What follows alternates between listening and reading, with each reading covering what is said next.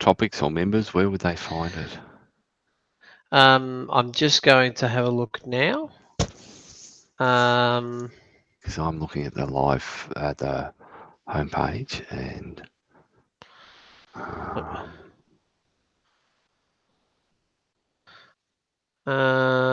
let's have a look. So I'll try and see if I can get a link to it or anything. Yep. Open destination, a new tab. Here we go. Found it. Okay. There we go.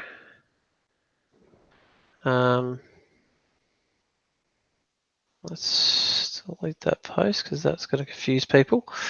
Is anybody 14? Yeah, we've got viewers now, so it must be visible. I'm not sure exactly where, but we've got people joining. So I'll just see if I can find the link so that I can. I've seen it pop up now. So it's popped up. Yeah, saying that we're live now. As an event. That's right. So it's the which is it? The Falcon Watch Party or the? No, it's neither of those. I'll just copy a link if you need to share it with anybody. Just because I'm on the page now and I can see events and all I can see is past events. So if you click on your home page, just like facebook.com, under live is where it popped up for me. And I scrolled down a little and it was at the top of the screen. So I'll make sure that it's top and center as an announcement in the group. Okay. Just to make sure it's clear for everybody. And we'll kick off in a moment or two. So I can see there's about 50 people listening in. So thanks for your patience, guys, while we... Terrific. Yeah.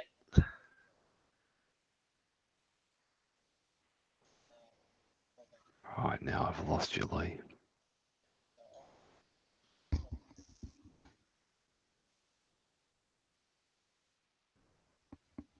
Right. Sorry, can you hear me now? Yes, I can. Thank you. That's good. I was very confused because I could hear myself because I'm just trying to make an announcement and I didn't realise that I'm actually watching it, which would make sense. Yes. So, I found I couldn't do both.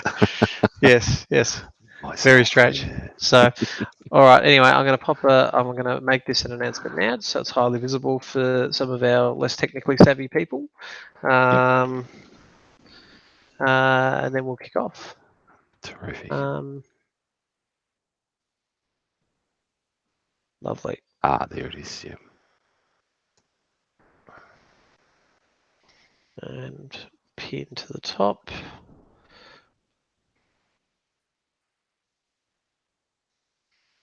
Pin a feature. There we go. All right, all good. So thanks everybody for coming.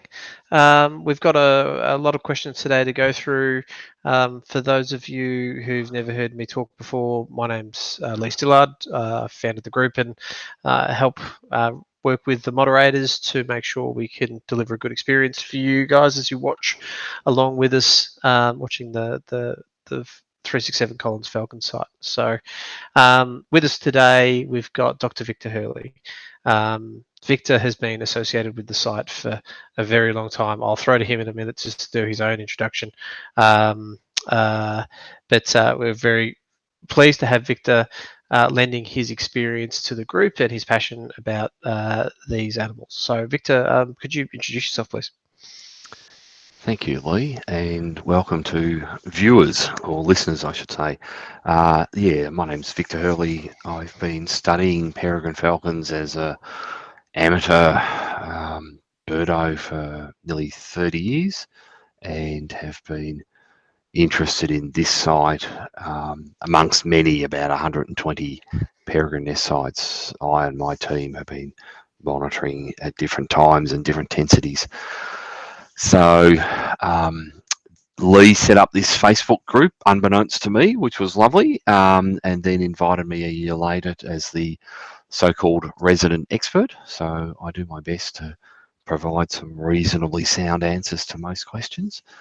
And this is Leigh's initiative to have these Q&As once a season, and we're at what I would call the pre-fledging stage. I don't believe any of the young have fledged today.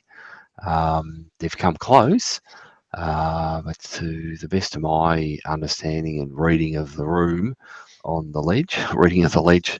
They have yet to fledge. The shot of one at about 11 that was flapping its wings and running along the ledge, that's not how they take their first leap. They normally stand on the lip and give it a few flaps and then simply leap into the void, as it were. So, to the best of my knowledge, all of them are still there. The most advanced appear to be female nestlings, and so we're not quite at the six week mark. So I wouldn't expect them to have fledged yet either. And the most downy, youngest ones are, they're definitely not ready to fledge themselves. So I think we've still got all four there, and we'll see tonight when it comes time to sleep. They'll all trundle back to the nest, I suspect. Yeah, I always find I always feel a lot of sympathy for the fledglings at this stage, because it must be so hard throwing yourself off a building for the first time.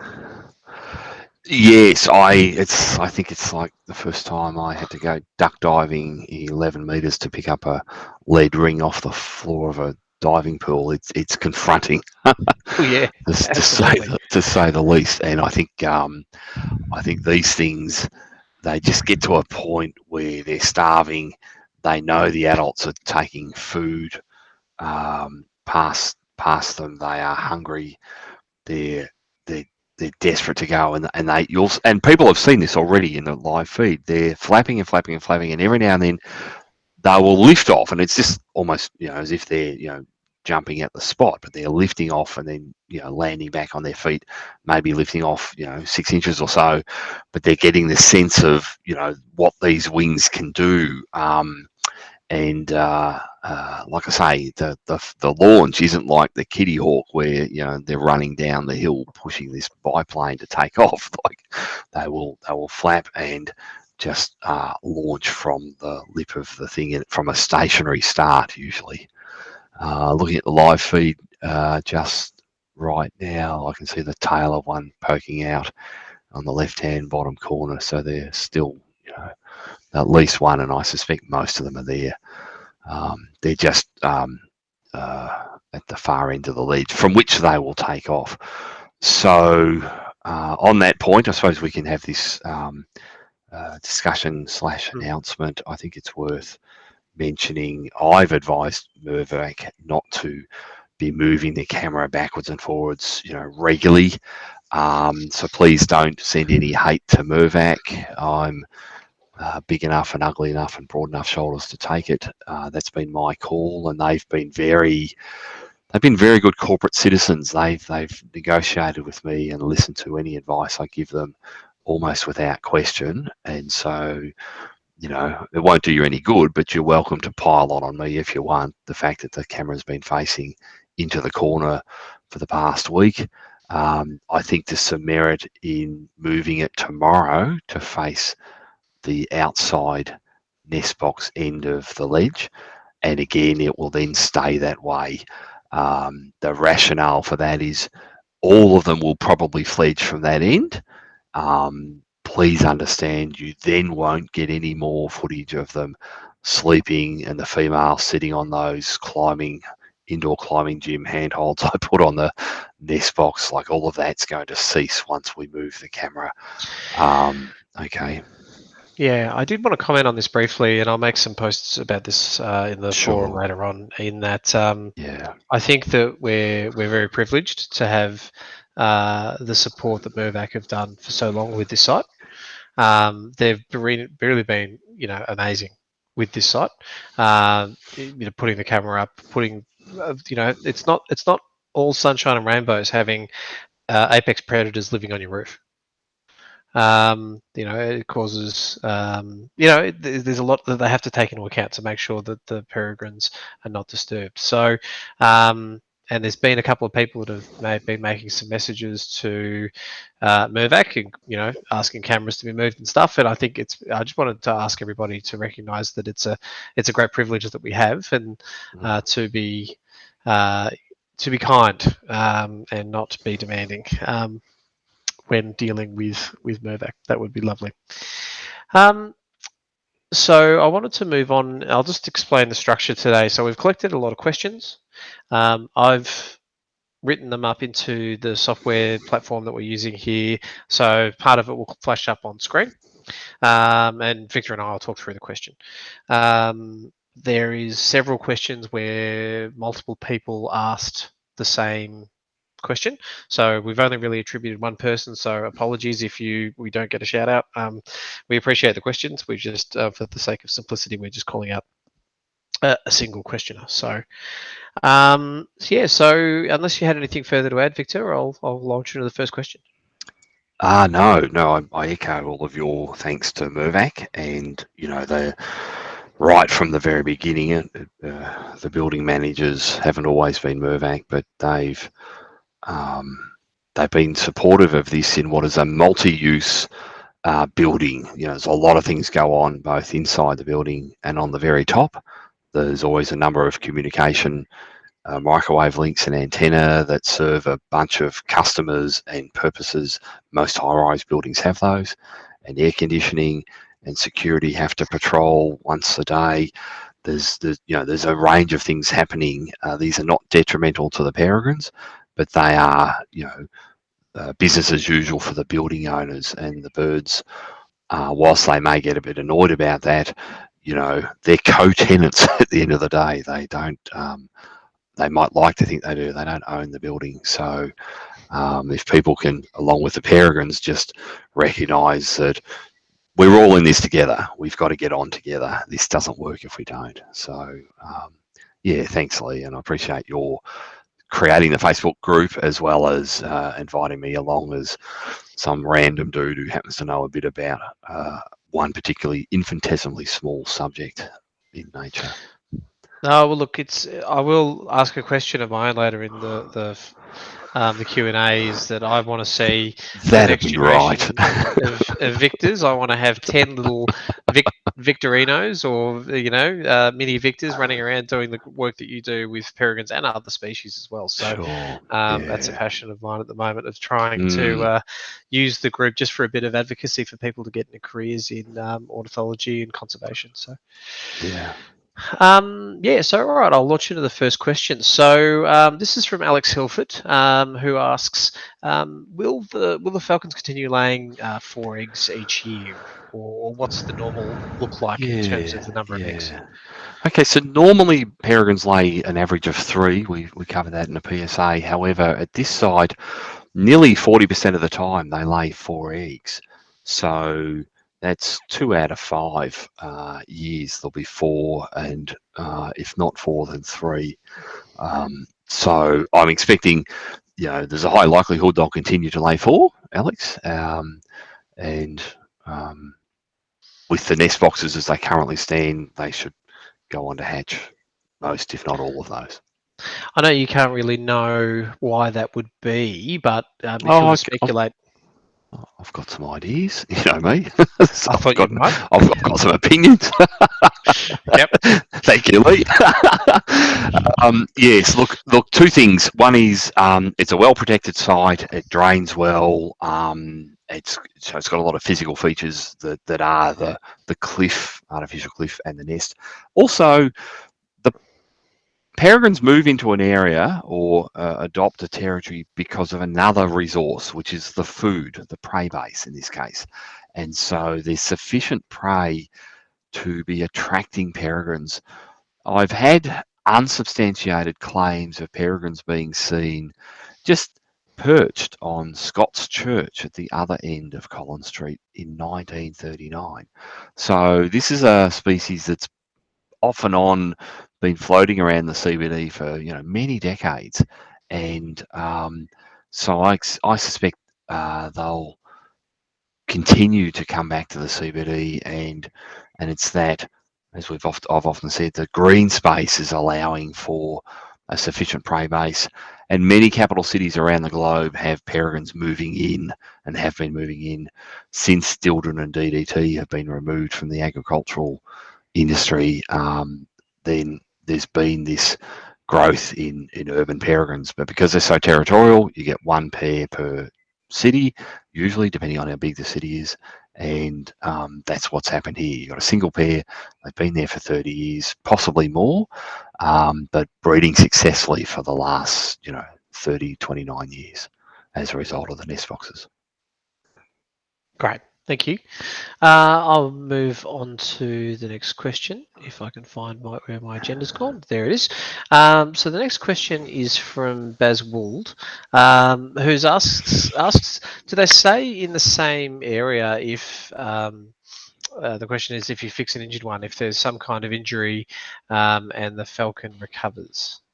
Yes, look, two things. If it's a fledgling and it gets injured, if it's a just mild concussion and you can get it back into the nest, the adults will readopt it. If, however, it's an injury and they're out of the nest for maybe a week or two, it's all badness. When you put the chick back in there, the adults will kill it. And I've seen this happen with my own eyes. And their attitude is, no, we don't believe in ghosts. You've been gone for 2 weeks. We haven't fed you in 2 weeks. You must be dead. And so that's a real problem. However, if you've got a fledgling that has an injury and it's mild, you fix it up and you return it to the area, then so long as not too much time has passed, they'll tolerate it again. But generally speaking, there's an absolute time limit.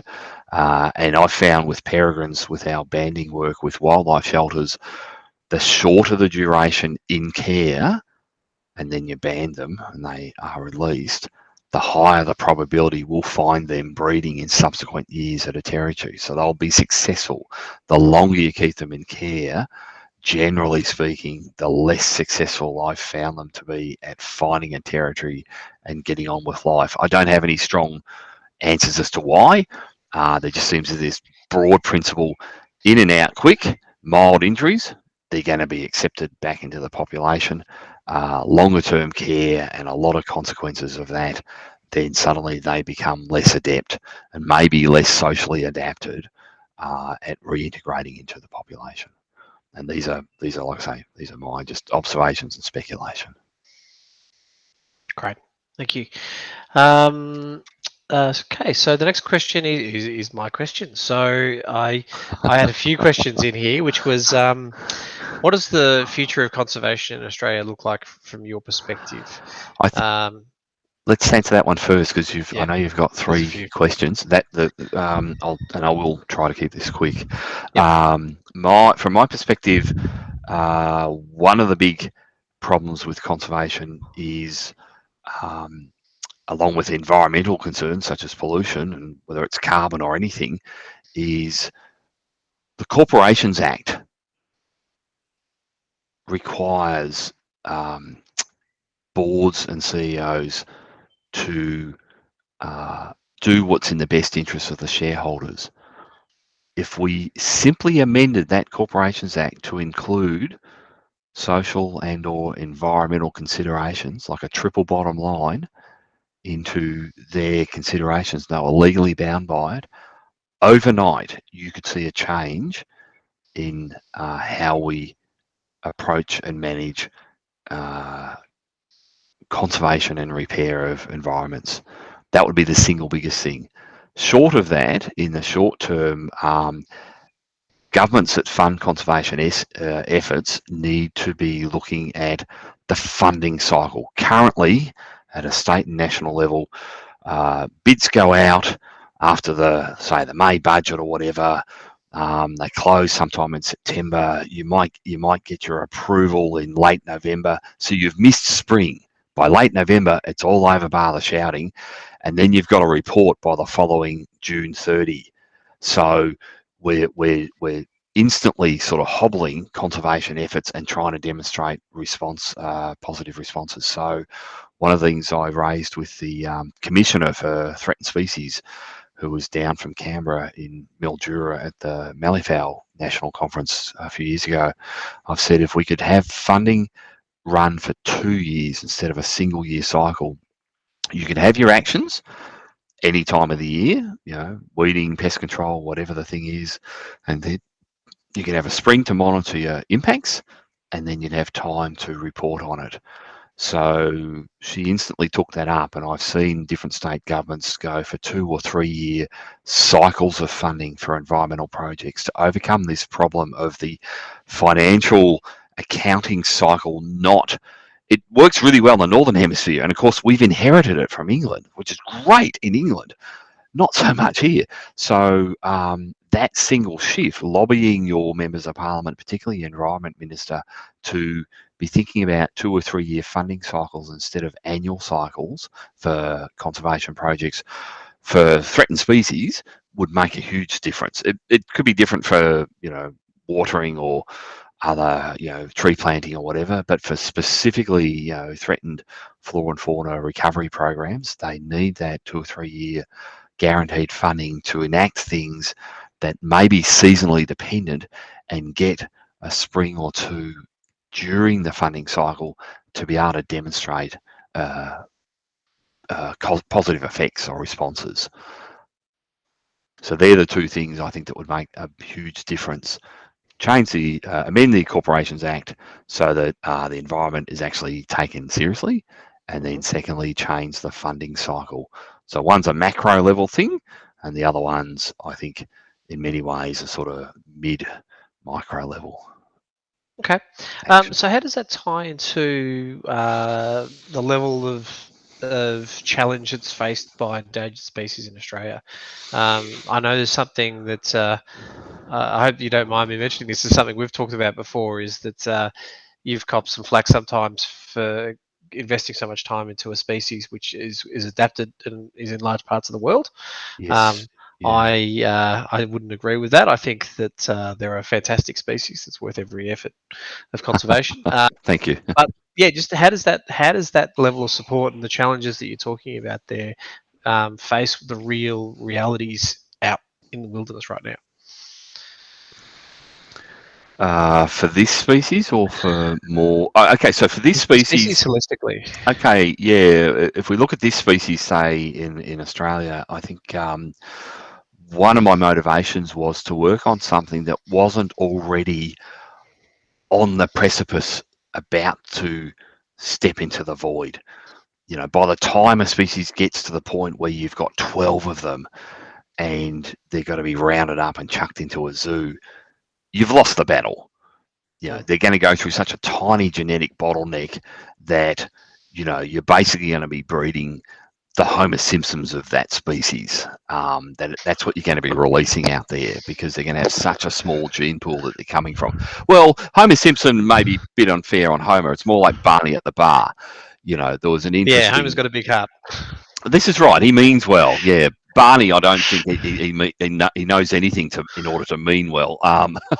So I think I worked on. I chose this species as a hobby in my spare time because it wasn't critically endangered. It didn't have a lot of politics or money around it, and my philosophy was, let's prevent them becoming so close to extinction that they cost a fortune to recover, and most governments balk at the cost. Let's see if we can understand what's happening to them, if there are any threats, and then manage those so that they don't become so critically endangered we have to do captive breeding. So I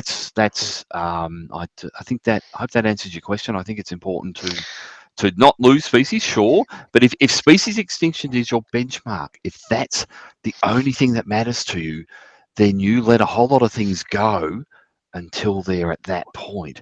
And I'm saying by that point, you're really unlikely to turn that ship around. You've probably lost the battle. So my view with this species was, in Australia and particularly Victoria, let's understand it before it gets to that point, and it certainly wasn't at that point. It was recovering from the removal of DDT and dieldrin from the environment. I still found evidence of eggshell thinning in the mid-90s, so it wasn't completely outside of the system, but it wasn't having as big an impact as it was in the 70s and 80s, when Victoria had the highest concentrations and the worst levels of eggshell thinning of anywhere in Australia. So it had been a problem, but it's a classic case of if you remove the threatening process, you often don't have to do much else.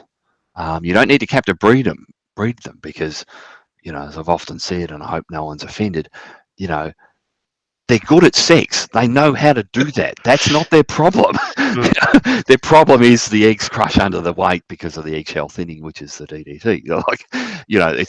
People sort of confuse. Oh my God, we need to put them into captivity. And it's like, no, they're all good on how to breed. They're great with that. It's this Yeah. other thing that we've not, addressed. So Just if, for context for some of the younger listeners, DDT is a pesticide that used to be used back in the 50s and 60s, and it's on would accumulate. commercial grain harvest grains, Yes. they would Oh, they soak used the it grain for in it everything. before they would. Yeah, that's true. It was Mm, used for spraying mosquitoes and all sorts of stuff. mm. And dildrin, the reason dildrin became an issue was it was causing birth defects in humans. Yeah. And then all of a sudden, right now we care. Now we've got a demonstrable link to a species that we care about.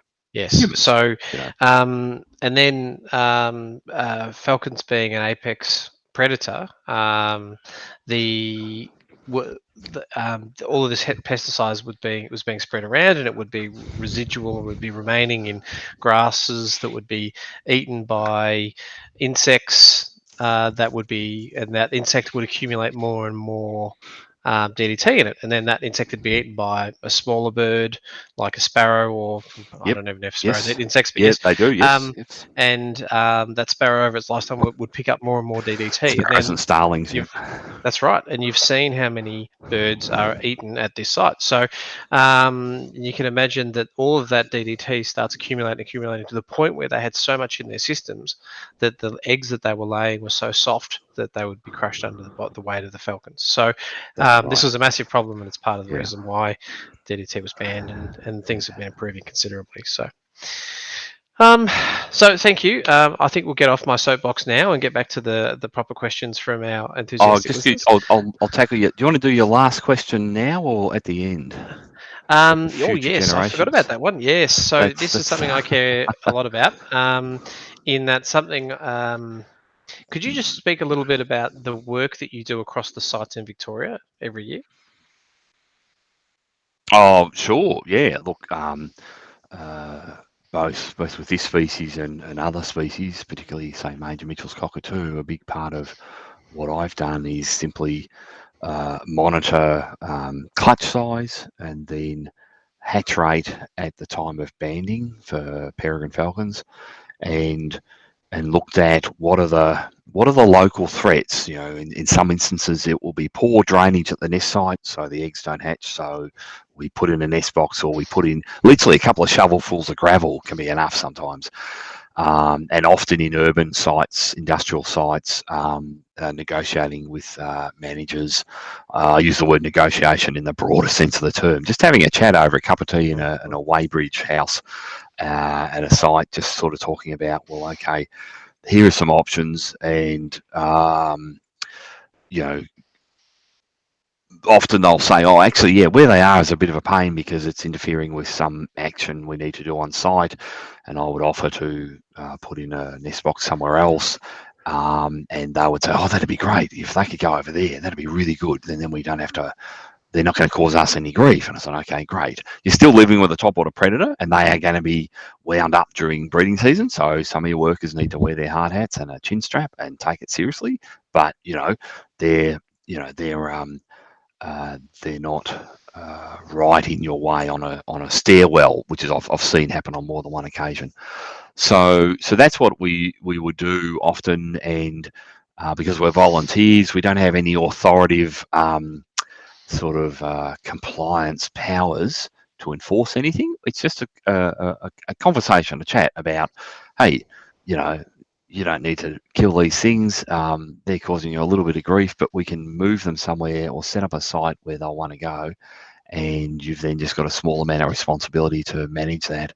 And most people have been really good about that. So that's been great. So that's been how we've gone about our business at trying to improve the conservation of these things. And occasionally talking to park managers about not extending a walking or viewing platform right over the top of a cliff, and peregrines are directly below it, because peregrines, if nothing else, they're snobs. they just don't like anyone above them. So they want to be in the penthouse. So if Mhm. you put a viewing platform above them, that's going to be the death of that site, and they may or may not find another site somewhere else. Mm. So little small conversations can sometimes have some really powerful influences. I've found from my experience. Yeah. So how many sites have you, or do you, or have you historically tracked across Victoria? We've monitored directly up to 120, and I think we've all up discovered over 100. Mm. Some of the ones we've discovered, we've just discovered them, and we note them, and they're in the biodiversity atlas, and that's as far as we go. And then others, they go on to a list of sites that we've been regularly monitoring in the past. Yeah. Mm. And this sets the COVID's context for. put a stop to a lot of that, of course. Yeah, I can imagine. Yeah. That sets the context for my question, because if we were talking about 120 sites spread across the state, I know you're doing a lot of this entirely by yourself.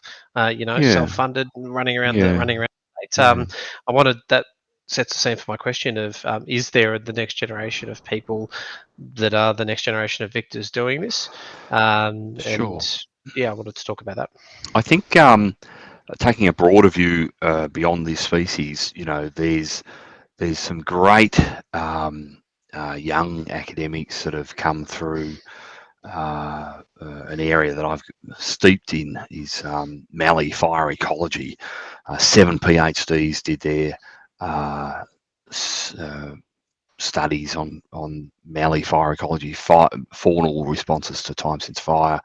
Um, they have completely changed our view of understanding fire ecology, and they are all independently now leading labs at unis or schools, or working in our department as senior managers and influencing change. And so there's quite a philosophy amongst them and all the students that they teach to not just go forward and become an academic with a good publication record, but be producing, I'll use the word products, conceptual products, outcomes of their research that have direct application to conservation and land management.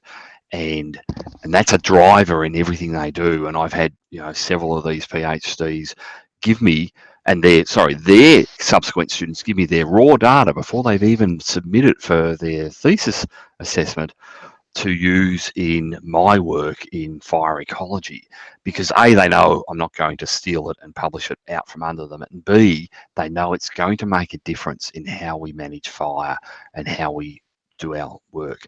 So there's a number of academics, not many, they're the minority, that are motivated in encouraging students to be bigger than just academia and want to make an influence. And those are the ones that have influenced a whole generation. And I'm now looking at the second generation underneath those coming through.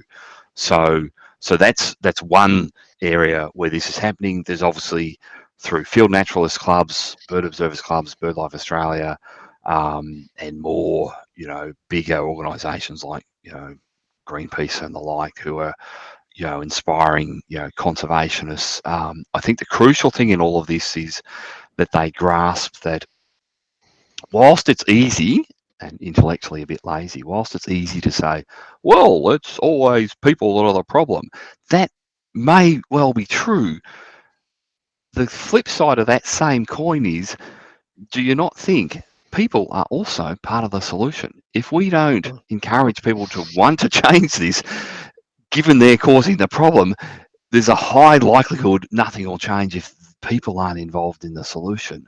And so that's where I've seen a groundswell, a bit of a shift in the way some academics and graduates and organisations are operating. There's less of this sort of hippie kind of like, well, people are all bad and you should all just get lost. Well, that's pointless. It's not going to achieve anything, because we're going to need people and corporations to make the difference. If we don't take them on the journey, we remain, I already am, but I will remain the minority weirdo in society.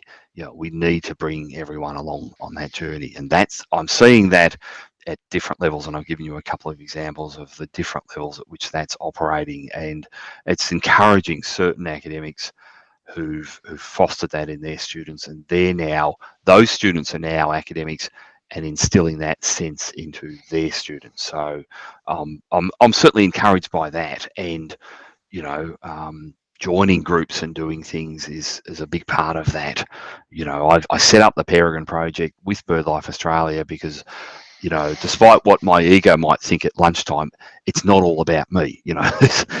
I need other people to be involved, and I have needed in the past in order to, achieve something. It's not, one person can drive it, but they need people around them who are then going to take it forward. Great, thank you. All right, I'll move on to the next question. So, in preparation for laying and incubation, do the adults, fatten up a bit? Do they prepare in some way for that period? Two things. I'll keep most of these answers now shorter because they're more technical, Yep. and you'll hear me quietly climb down off my soapbox. The female does fatten up a bit and get into condition in order to lay eggs. If she lays 4 eggs at 50 grams each and she weighs 800 grams, that's 25% of her body weight she has to expel over 3 days. So it's a big ask. So she will put on weight, yes. When it comes to incubation, they develop what's called a brood patch. So feathers fall out, they sort of molt, and it becomes swollen, and it's on their pectoral muscles and their tummy, and this is highly vascularized. So it acts as a heat exchanger when they rest this soft. It feels very watery and fleshy, this sort of patch that hides under their feathers when they're standing in front of the camera. But when they're sitting on the eggs, they'll fan out the remaining feathers, and this bare patch will rest right against their skin, right against the eggs. So that's some of the physiological changes, and both males and females of this species do that. Excellent. So, I'm sorry, just going back to my agenda here. Here I am. So, Chloe FOMO's got a question around the sex ratio of the nestlings that we've observed on this site, and I'd probably expand that to the sites that you've seen around the state. Okay, across the state and nationally and internationally, about 52% of the nestlings are female and about 48 are male.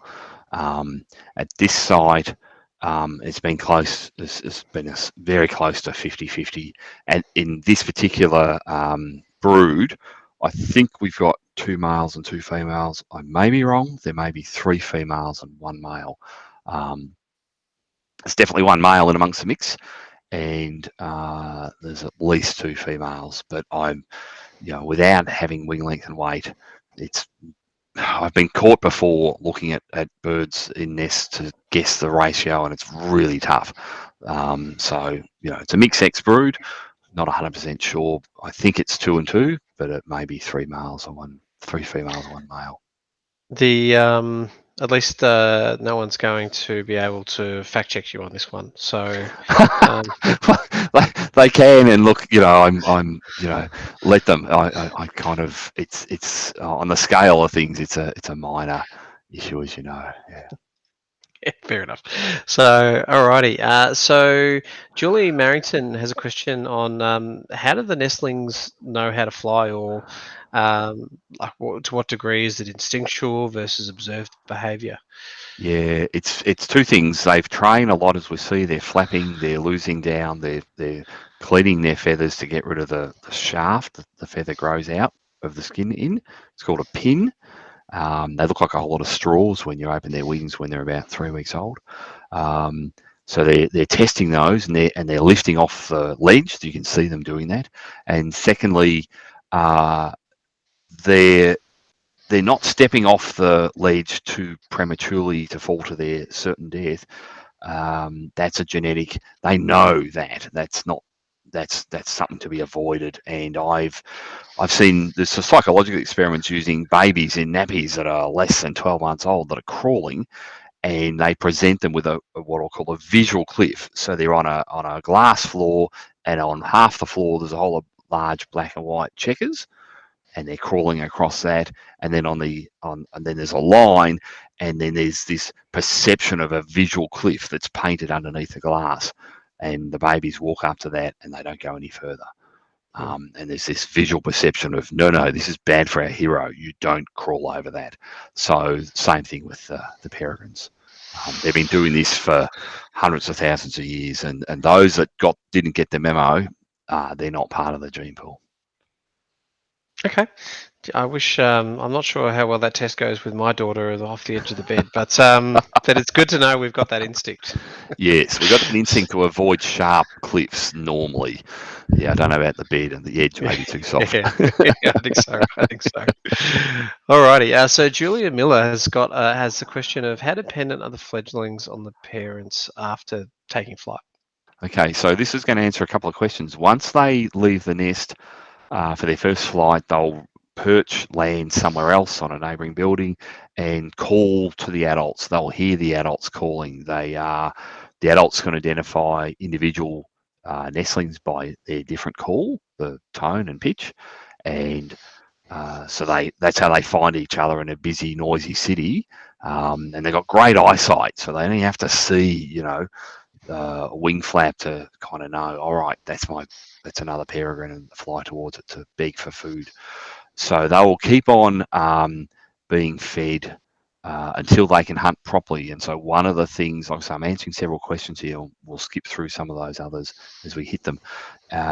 One of the ways they teach them how to hunt is they'll grab something and it may be dead or it may be only half dead, and they'll drop it, and the juvenile is underneath them flying around. They see them coming in with this prey item, and they'll drop it, and the juvenile knows that they have to catch that, otherwise they're going to miss out on lunch. And then they have to kill it by leaning forward and breaking its neck, and they can do that in flight or when they land. So there is a clear understanding that is reinforced that your food comes from the sky, and it's these things that are flapping that are food. And so they do this for maybe a week or two, and then eventually they'll go out on a hunting trip, and the young will one of them will be following an adult, and eventually if the young gets first to take the kill, then the adult goes, right, that's Barry, he's now good to go. We don't need to train him anymore or feed him, he can do it himself. And so once all of the young can do that, then they'll be chasing them out of the territory. But there is a lot of this dropping live food down, 10 meters above a flying young, to imprint this concept that this thing that's in the air, that's your food from now on. It's not a piece of meat that's served up at the ledge. Yeah. So that dependency can go on for a month or so, can continue on a bit longer, depends on the individuals. And then once they chase them out, once they've learned to hunt successfully, they stop providing them food. And so it's really up to the young to be getting their own. Oh, that's fascinating. That's a new one on me. That's very interesting. Thank you. There you go. So, next question's from Atev, asking how do the adults know when to feed them and how much? Yeah, I noticed this year the male brought in a New Holland honey eater almost within an hour after the young had hatched. It was very, very soon after he was bringing in something small and sweet to feed them. So he's an experienced male, so he kind of knows the ropes. The call normally is the begging call is what they respond to. Now, at the moment, people will notice when the adults turn up, if they don't have any food, or even if they do, whether they do or don't, the young will rush them because they're screaming for a feed, and so that's one of the reasons the adults are spending less and less time on the ledge during the day, because all they get is grief and whinging and whining from the young. So they respond to the call. They're not looking at the size of the crop or other things. They're just responding to calls. When they're really little, they simply know to keep feeding until the young stop taking food. And occasionally we've seen the male come in with a food item. The young haven't come rushing to him to have a feed, and so he's just wandered off with it and cached it somewhere, and he'll bring it back in an hour or something. So there's this begging for food stimulates the adults to get food to them, but also there's this, we'll keep bringing food until they stop needing it when they're little. Now, when they're bigger, they're actually restricting food because they want them to fly. Great. I've got a question from Alita Carmen, which is, does there need to be more nest sites in Melbourne? Is that even possible? Whilst it's possible, it fits into the category of should we do this? They're very territorial, so if we put in more nest boxes, I think we would get a lot of peregrines fighting and killing each other, so it will actually be fairly detrimental. I've had a policy of, if peregrines are trying to breed somewhere and appear to be struggling to hatch eggs, then we'll approach the site manager. Can we put in a nest box? Are you interested in this? Rather than putting in, I've never put in a nest box hoping there'll be peregrines that will turn up and adopt the territory. I sort of let the peregrines tell me when they're in need of one, has been my approach as a rule. Yeah. Great. Just for a bit of housekeeping, Victor, there's been plenty of questions being asked in the chat. I've been appending these to the end of our agenda, so you might get a Yeah. few surprises at the end. And Yeah. we just let us know how you're going for time too, because we may have a lot of questions, so we've got to be respectful of your time too. Yeah. Yeah. Thank you. Great. So I think we have answered this question in the previous ones about the parents teaching them how to hunt. You covered that in great detail. I So think so. I Yeah. think we can skip Yeah. that one. Sorry, Linda. I think you got enough of an answer there. Mm. Teresa Foster asks, do you clean out the nest? Generally, we haven't. If we do, we would try to get in before the next winter to ensure that the gutters will flow freely with rain water runoff, because the boxes are made out of marine ply. They'll last longer if they're not standing in wet water. So yeah, we may do a bit of housekeeping prior to winter each year. And Christine Powers asks, how do the fledglings keep contact with the adult after they've taken their first flight? I think we Yeah, touched a bit on this, but we have yeah, already. Yeah, that they've got. Parents have phenomenal eyesight, so they can certainly see each other, and the hearing is every bit as good as ours. I don't think it's any better, but it's about as good as your hearing and mine, and so they can hear and see each other. When they fly, they might land 20 meters, 30, 40 meters away, and it's not that far away at all for them to still be within direct eyesight of the adults. And so they hang around on other buildings or parts of 367 Collins once they've taken their first flight. So they're clearly in eyesight, and if they can't see each other, they usually can hear each other. Great. I'm actually just sitting here, a bit of a meta comment here, watching the screen, and I'm just thinking I really should have embedded the live stream so people could watch the Falcons while we're talking about the Falcons. We'll do that next year. Okay, great. So Errol Mackenzie's got a few questions here. When do they fly off? I think we've covered that a bit around how usually 5 weeks for males, 6 for females, and because the oldest chicks are females here, they're going to take the full 6 weeks. Great. Minimum. And we've talked a bit about them having to fend for themselves and how the parents train them. Yep. Where do they go now after fledging? Yeah, so they'll spend about 2 years. They don't breed until they're 2. The average is about 3. So banding studies have found that they tend to move. Those that are unsuccessful and are found in the first year or 2, so these are ones that have been found dead, are often a lot further than the average distance they'll move to get to a breeding site for that sex. So they seem to go on a bit of an odyssey and roam around, and particularly with the males, they'll come back to within 25 k's on average of the nest site. I've got males that have moved over 100 k's, so there's exceptions to all this. And the females on average are moving about 60 odd kilometres, and some, only 5 k's. So but the average is 60. So that's sort of that's where, and they'll go they'll go where there's sufficient food, and a mate who's got a nest site is where they'll go to. Great. And the last question Errol had, or it's a question comment, was they've always wondered about how they know not to step off the ledge when they're younger, even now. I think we Yeah, covered that with the instinct I stage. think it's a At the genetic, station. hardwired avoidance of cliffs. Yeah. Great. Okay, Janelle Marshall asks, how long do peregrines live on average? Okay, the breeding average age for breeders is 6. They can live to 16. That's the oldest band recovery, 15 or 16 in Australia. But most of them are not breeding. They don't start breeding till they're 3, and on average, they only survive till they're 6. Great. And so one of the things about this site is the camera is turned on when, this year for the first time, as they are beginning to lay. In previous years, it's only been turned on when there's eggs already in the nest. Yep. And it's switched off once there's been all the first flights taken, maybe a couple of days after, and then we kind of go into hibernation until next year when we get really excited when we've got new eggs. So in the in-between time, where do they go? Where do the parents go? Sure. Generally speaking, they will stay in the CBD.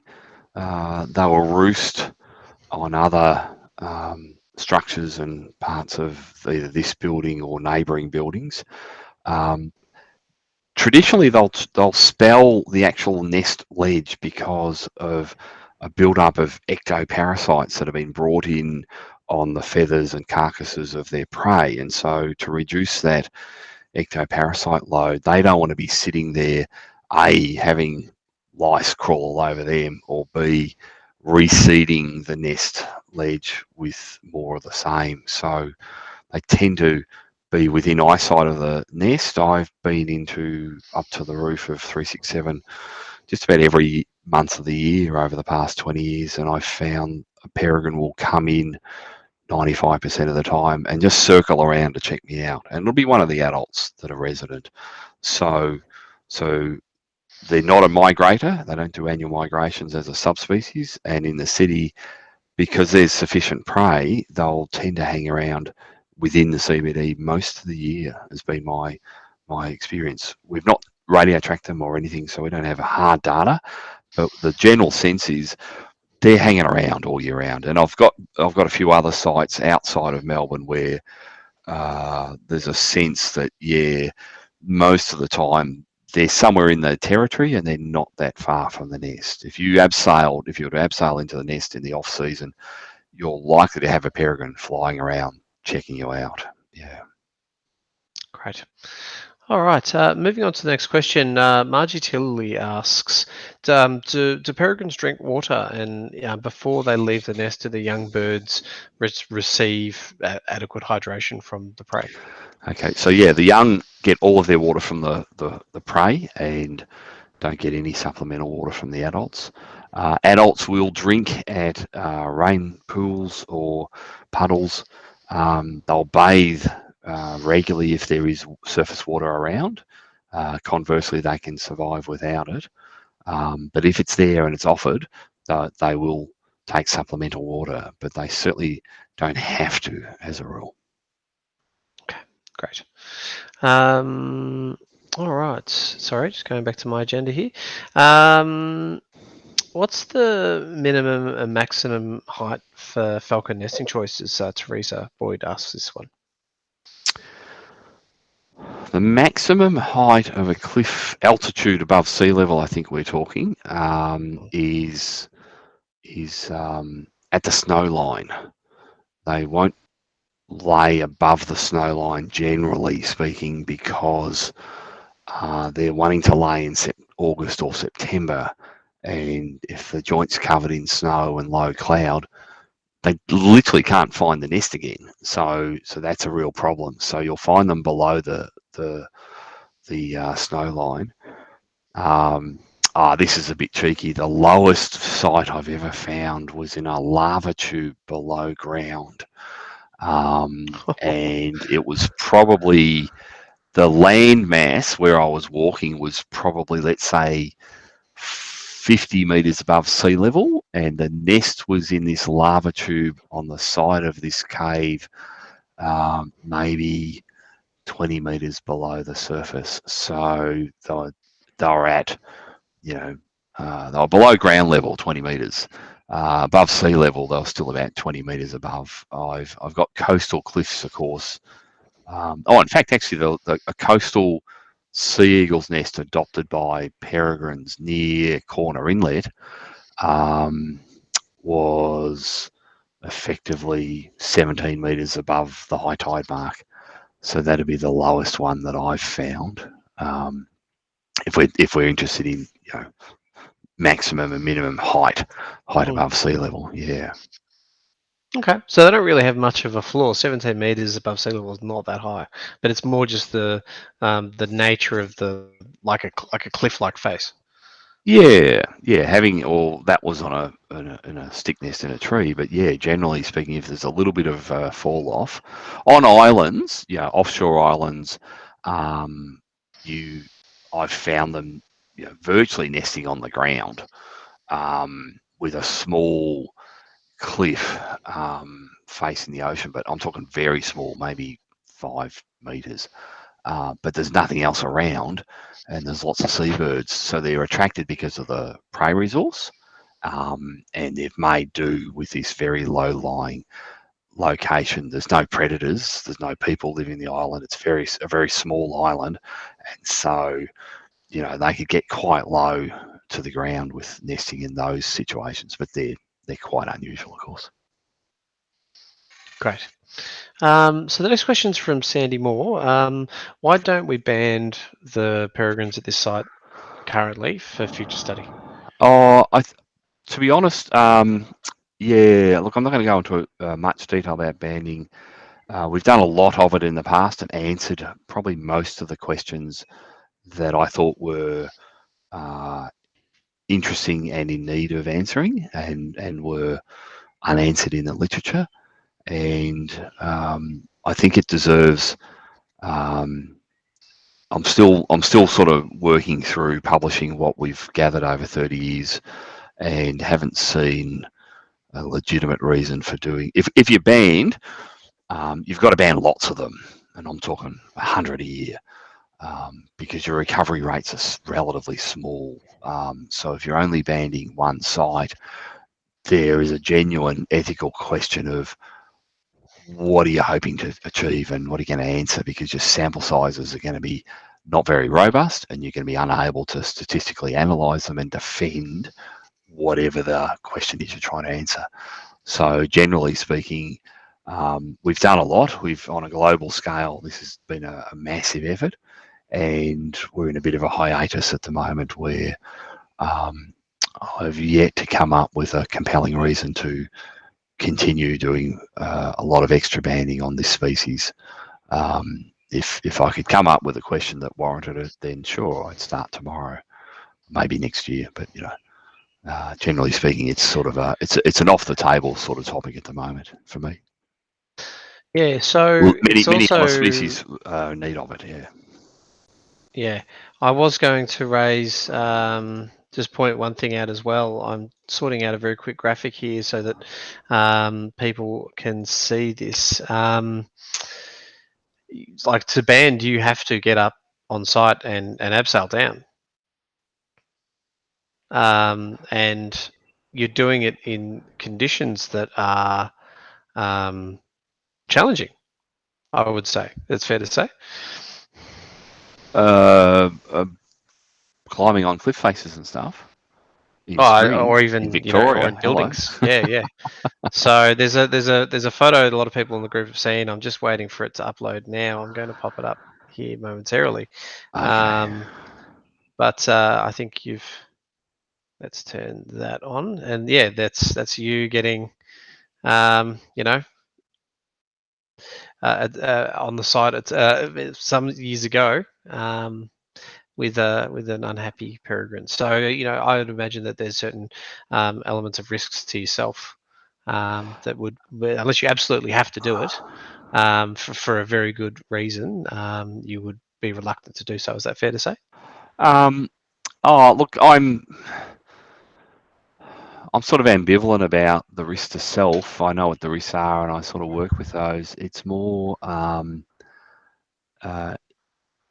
is the scientific or conservation question worth the whole effort and the disturbance to the site and the young, as much as the minimal risk to my life and well-being? I think it's there's banding projects need to have ethics committee approval, so there's quite a lengthy, rigorous process of peer review and ethical review before you can go out and just do banding, and there needs to be good questions. And some of these questions may be just as well answered with collecting of cast feathers and DNA. I know that work's been done through Deakin of powerful owls, picking up feathers below roost sites. They've had to band hardly any ever in order to look at some of the movements of powerful owls. They just collect cast feathers.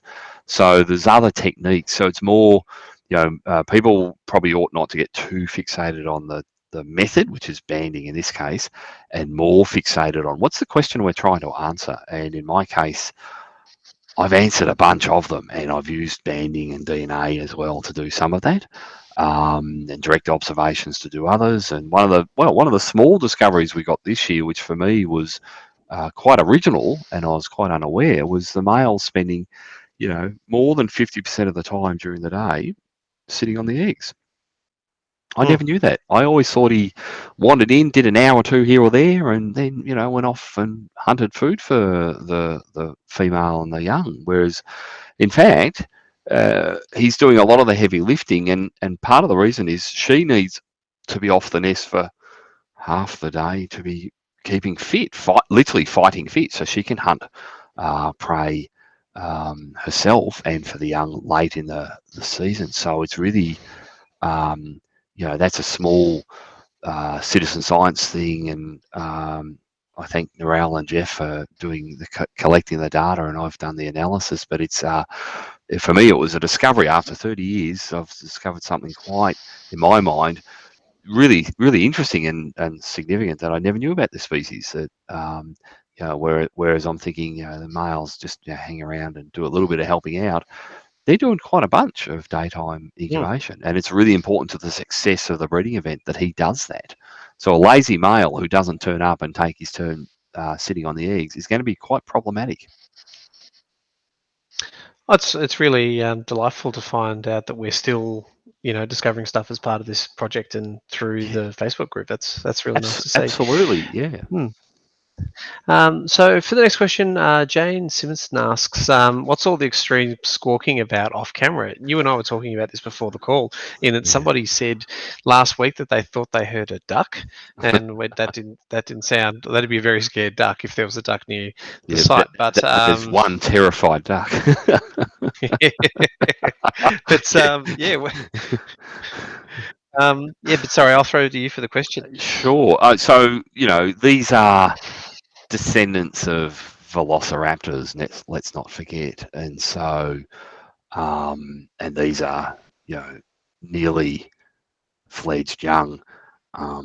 They're going to sound fairly terrifying, and they're predators at the end of the day, and they'll rip their prey apart alive on the nest if live prey is brought in. So it's just a very messy, raucous, loud feeding time at this stage, because they've got the lung capacity to give those squawks, and they're trying to okay, there's no siblicide. The young aren't going to kill each other, but there is some rivalry, and they're all hungry, and so there's a lot of yelling and screaming and waving of wings to try to intimidate others to get away from the prey, and everyone's without killing each other, they're all looking out for themselves. So these are people have commented on how kindly they seem towards each other, and they're clearly enjoying.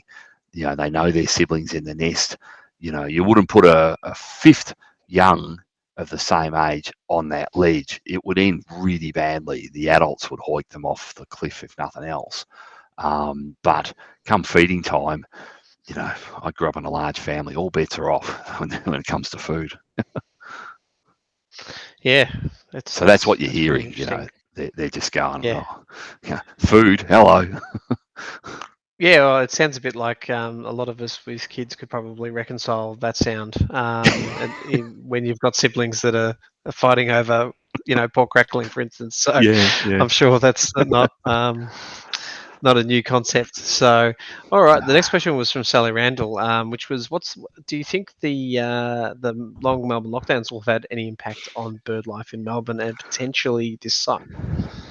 I think it's been interesting.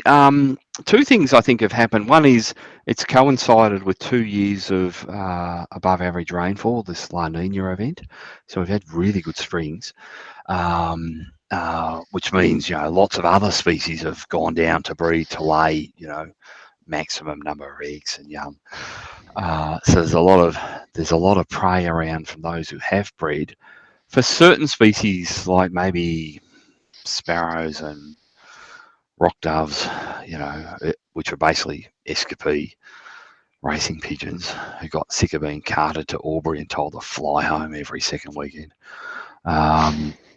Which I can see where they're coming from, mind you. I think what's going on is there's less food scraps. Less people have been living and dining out in Melbourne, and workers having their lunch in Melbourne. So there may be a slight decrease in certain, pigeon and sparrow populations, maybe even starlings.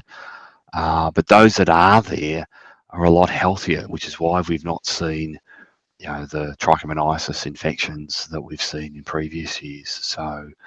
So I think the lockdown may have reduced some of the species. Those that are left are doing better because of the La Nina and less competition for what food there is there. So, overall, I think there hasn't been any net detriment to the peregrines. Remembering, of course, peregrines, like all predators, they don't wipe out the prey species. Like barn owls don't wipe out a mouse plague. They'll take the cream off the top and breed like all stink, but they won't actually make a dent on the plague of mice. And peregrines on sparrows and racing pigeons is kind of much the same thing. They'll take, everyone they can get, but there is a real limit as to how many they'll take. So there'll be always a large enough base population that will be going peregrines. What peregrines? They're not going to. They haven't killed That them. I might ask a question. I'll throw in one just as a follow up to that. Is Sure. like, do peregrines see boom bust cycles in line with prey populations, much like a lot of other apex predators, or is bird life typically abundant enough that it's controlled by other factors? That's a good question. For this particular species, and a bit like brown falcons, so peregrines will prey shift almost immediately. If whatever prey is most abundant, that's the thing they'll go after. And it's a relative thing, of course. The accessibility of the prey is going to be an issue as well. There may be a plague of emus in Melbourne, but I don't think they're going to be going after those. So, you can fill in the reasons why yourself. So I think so. So generally, for instance, if starlings collapsed out of the system, peregrines would shift to sparrows or Indian miners or something else.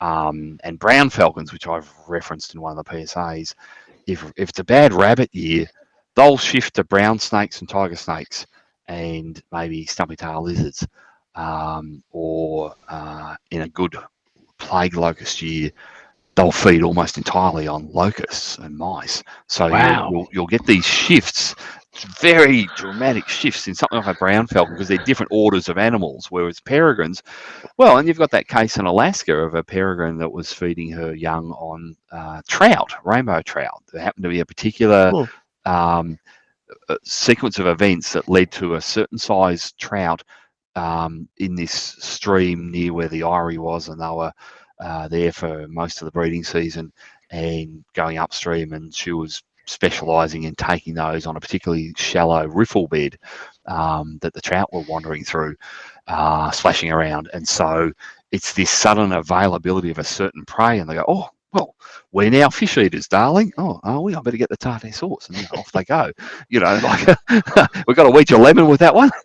So that's a very real, unique instance of prey switching, but it gives you a sort of an understanding. All predators, lions in the Serengeti, if they run out of wildebeest, they go, well, we better go for the stripy things now, and so zebra on the menu. So there's this real time adaptation to, oh man, there's no more of this other thing I used to love.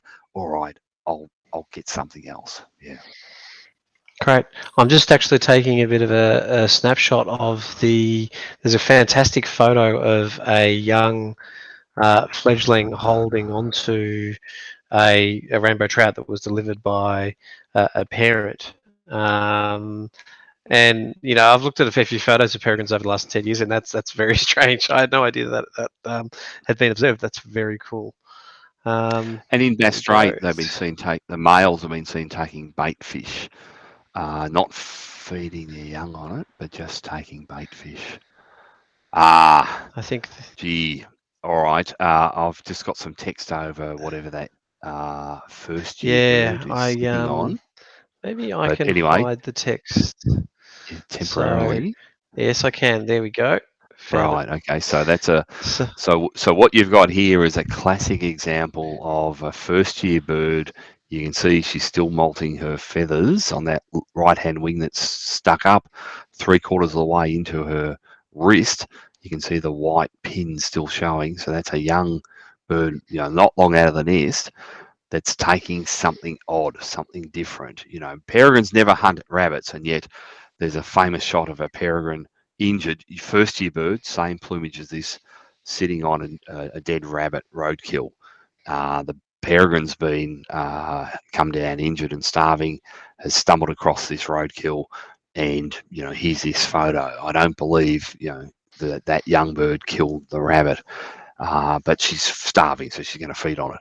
Here's a peregrine, a young bird with a fish. We don't know how she necessarily caught it. Maybe the adults caught it for her, or maybe she did. But young peregrines will do really goofy things, and so you'll see them feeding on very odd prey that normally they would, as adults, they wouldn't go near.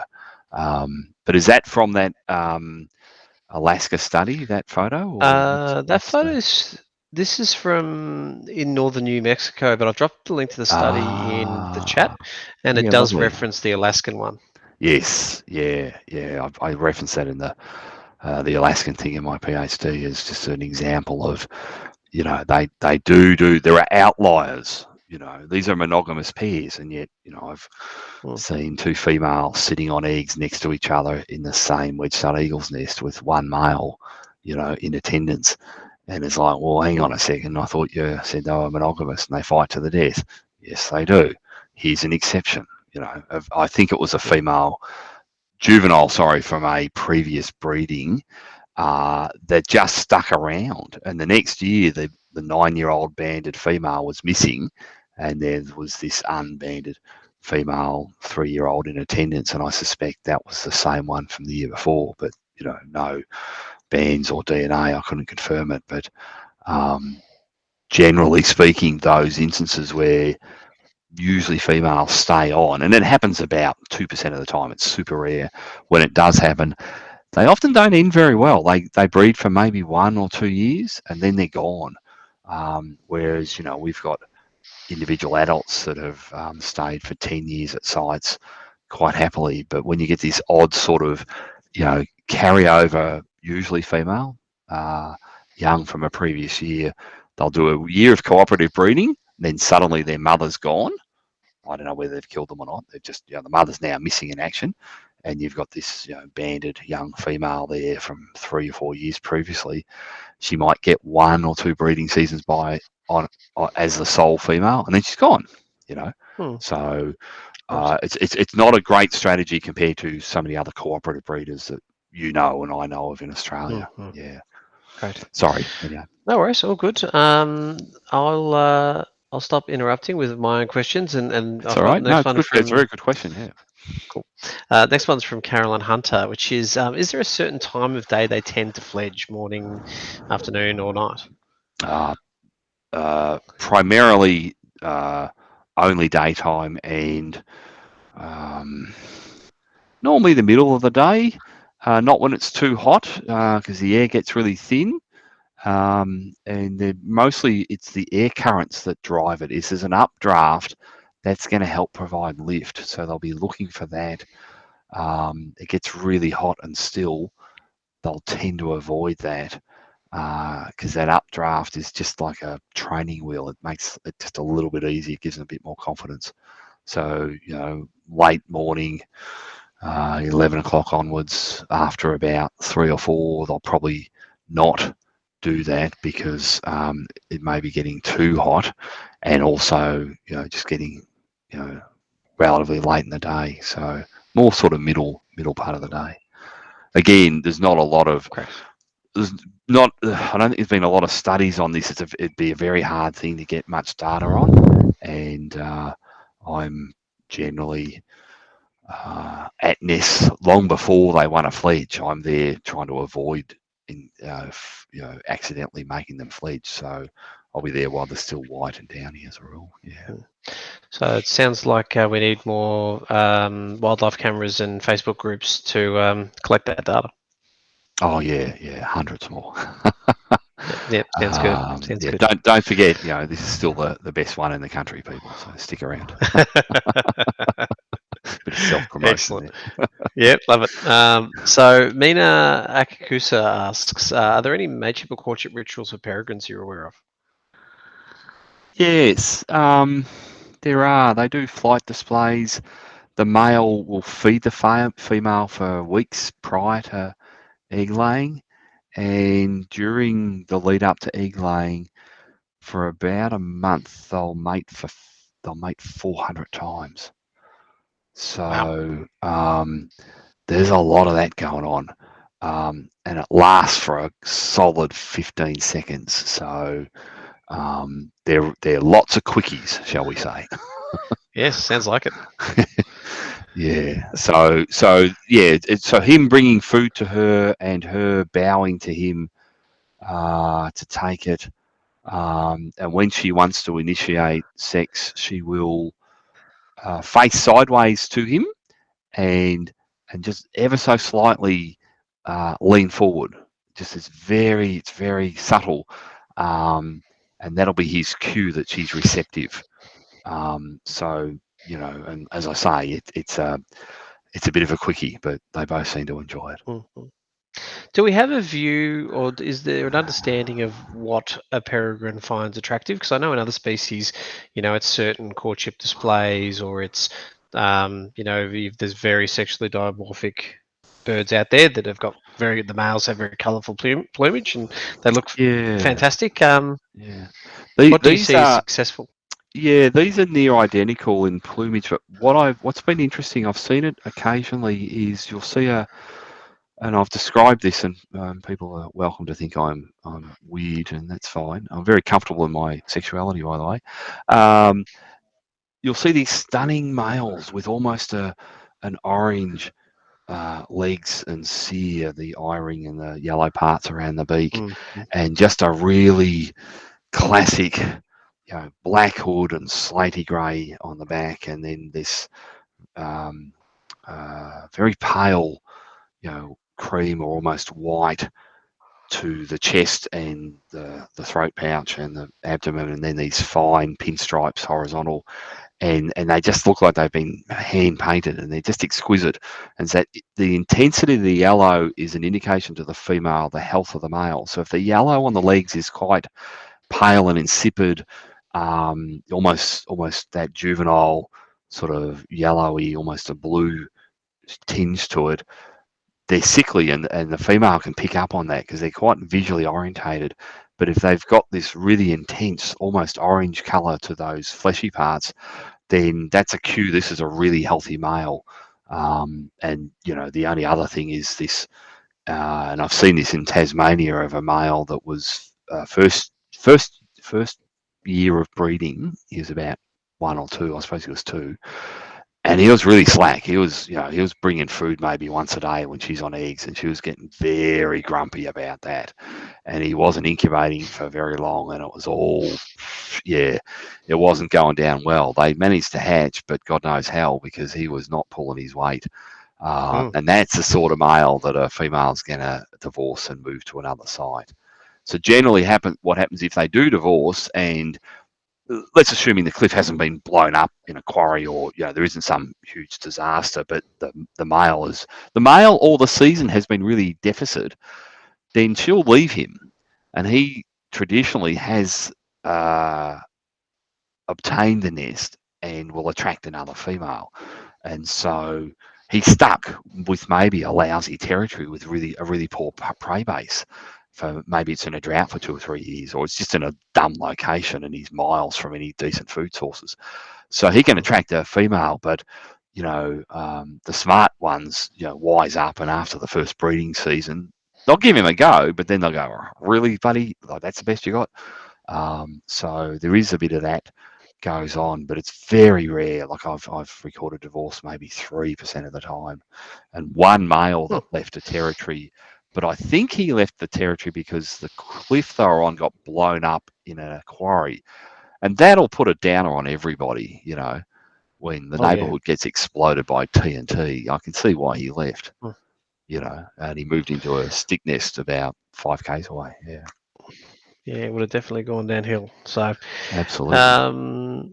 fair enough. So, righto, the next The whole question. neighbourhood did. Yeah. The neighbourhood is gone. The Yes. whole neighbourhood is Um, gone. Sorry.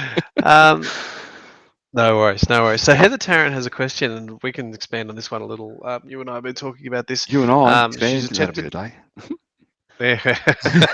Sorry, I'm This is having comedy, all good, all good. Just Yeah, for the listeners, Victor and I sure. talk a few times throughout the year, especially around the season, and Yeah, I think we very reliably can talk for hours, which is why I think this format is really good, because yeah, we I can hear natter you. away for a long time, and people can learn about the Falcons through this. But Yeah, so Heather tried to donate to BirdLife, to the VPP, Victorian Peregrine Project, through BirdLife Australia, and couldn't figure it out. yeah. Could you comment a little on how people do that right now, and maybe things coming for the future? Okay, if you're giving a general donation to BirdLife, there is a field that you can enter that you want this to go specifically to the VPP, and it will. I've spoken to the CEO, so he said, you can do that. They don't have a specific entry in their portal as a dedicated checkbox to the VPP, but if you're giving a general donation, you can stipulate that in the comments, and I'm reliably told that they'll channel it into the project.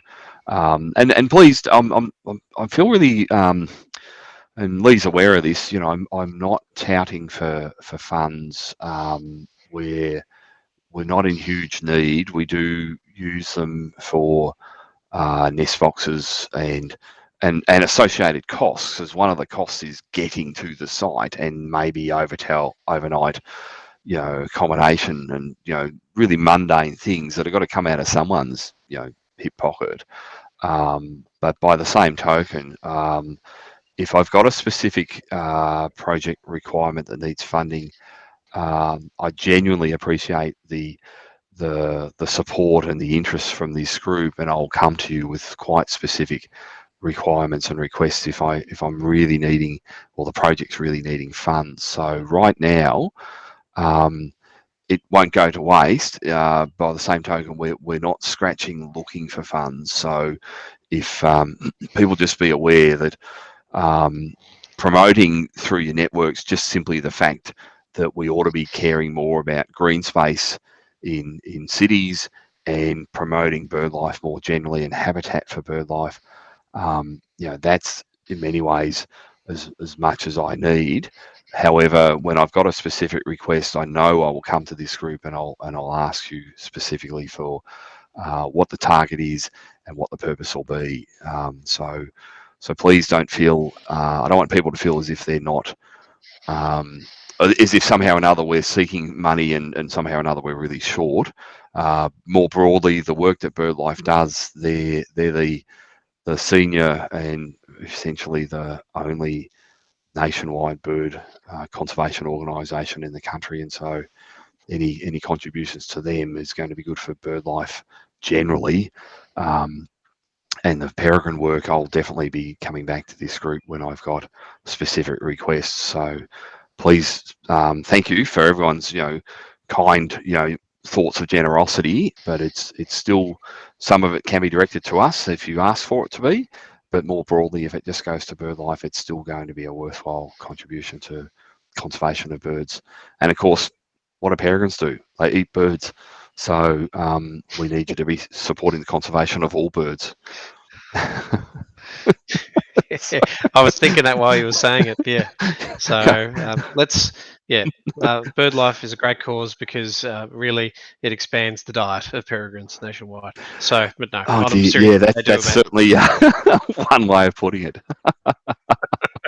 Thank you. So no worries. So next question was from Paulina Qua. So last year she observed a falcon circling a long time over Newport Lakes Reserve.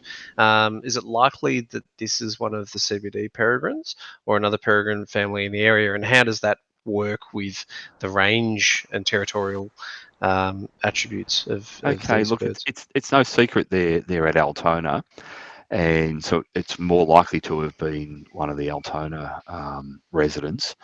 But their nest territories are minimum of 2 kilometre radius. They will hunt up to 20 kilometres away. But most studies have found that they're hunting within 5Ks because, excuse me, they just don't like the commute. If they've got to go any further carrying prey, they just much rather be closer, which makes sense. Yeah, Just thinking of I the don't whole either. so the ones at Newport, they could be potentially one of the adults from the CBD, no doubt about it, but more likely they'll be Altona birds. Like we're seeing quail, quite a few quail being brought, and buff-banded rails, both species of which you wouldn't expect to be flying in the middle of the day that often. They're often being caught and brought in the morning or late afternoon. And they also, let's not forget, they may have been cached from the day before or the night before or Mhm. something, and then just brought in. So they'll do that. Um, yeah, I think that pair that individual she saw is most likely to be the Altona residents, but the city peregrines will go out to the Altona grasslands and certainly out to Albert Park Lake. These are well within their hunting distribution. Yeah, great. I'm actually just looking at it here on a map. I probably could take a screenshot of this and upload it in a moment, just so people can visualize what that looks like from a range perspective. But I'll do that while we're talking through the next question because it's going to Sure. take me a little bit of time. So Chloe has another question around. Victor, do you know what happened to the eggs that didn't hatch in New South Wales? A beak broke out of the egg, but that was it. What would you suspect in this case? Why didn't they hatch? Gosh. It's hard to say, really. Look, I would expect. I'll just give a couple of really quick anecdotes because, yeah, this is really, I don't want to impinge on the work that Silla's doing at Charles Sturt Uni at Orange. If the egg's too big, I've the largest peregrine egg that's ever been recorded. There was a young inside it that seemed to be healthy and everything was, tickety boo. But when it came time to hatch, the egg was too big for it to be able to push against the shell to create that suture line all the way around. Ah, And so it physically just wasn't big enough to be able to make the cut and then open the egg itself. So it could be something as dumb as just the mechanics, the physical size of the egg was a problem.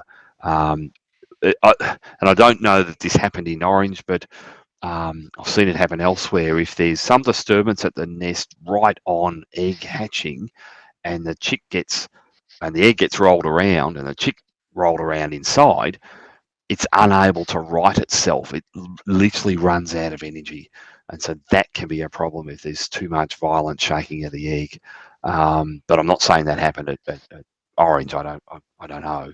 Um, Hmm. so yeah, it's you could argue it's certainly an evolutionary pressure to prevent eggs from getting ever bigger and bigger.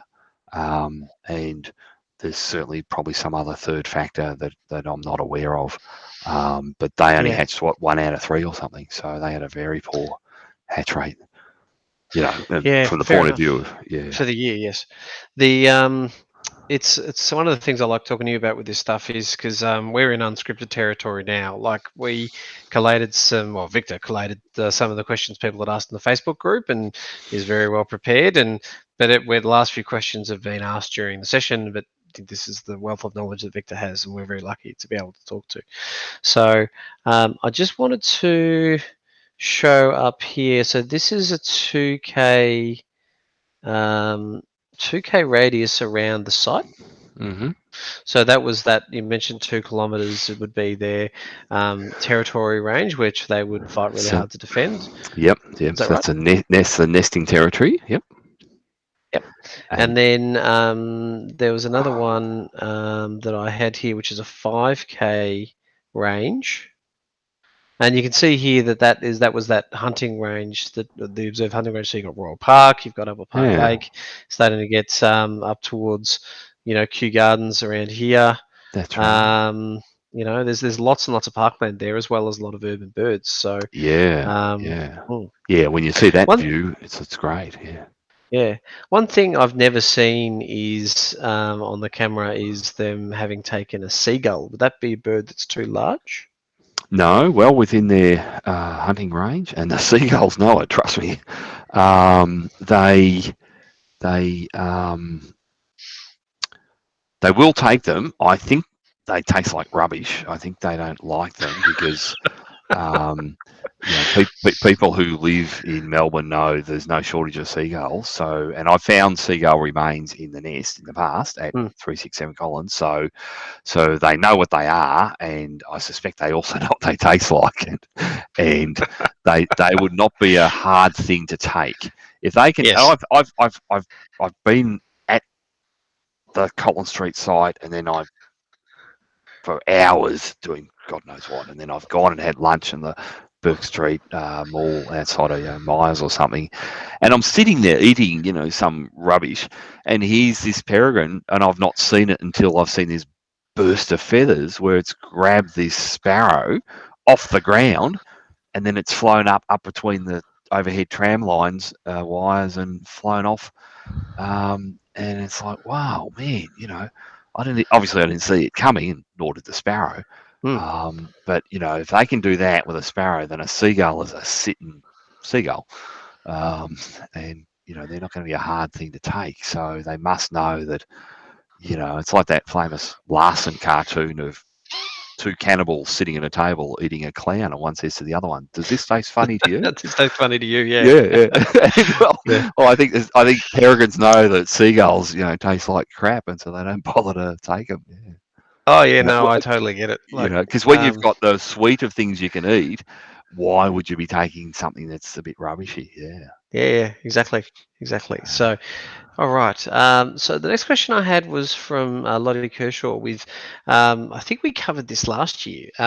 We're watching a lot of head bobbing right now. Do we know what's going on in their head when birds are doing Yeah. that? When they're doing that, and It's the what are they sure achieving? it's to do with the structure of their eye, and it helps them focus distance. Perception of distance is really crucial to them, and also if they're really interested in something, then there'll be a more frequent head bobbing occurring if they're really interested in kind of it's a food item going past or something. Um, but broadly speaking, the head bobbing is about almost resetting their focal length every time they do it to help them sharpen the and crispen the image of what they're looking at, because when they're hunting and diving, depth perception is everything. Being able to work out, because they hit things with their feet, not with their beak, and so to remain aerodynamic, their feet are down underneath their tail behind them.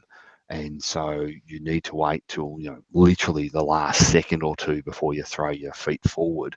Does two things: it protects your face from the thing that you're about to hit at high speed, and secondly, it ensures that your feet grab the thing and can hold it whilst you're pulling out of this stoop, because they're packing some serious G's when they pull out of these dives, to the detriment of the thing that they hit.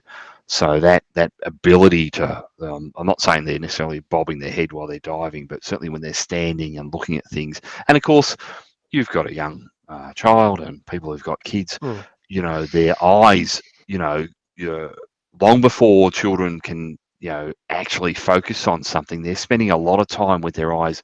You can see them literally, intently looking at something and trying to get their eyes to focus and think about what it is. And that's, developing neural pathways. And I think the young in the nest are doing the same thing. And this head bobbing is all about that.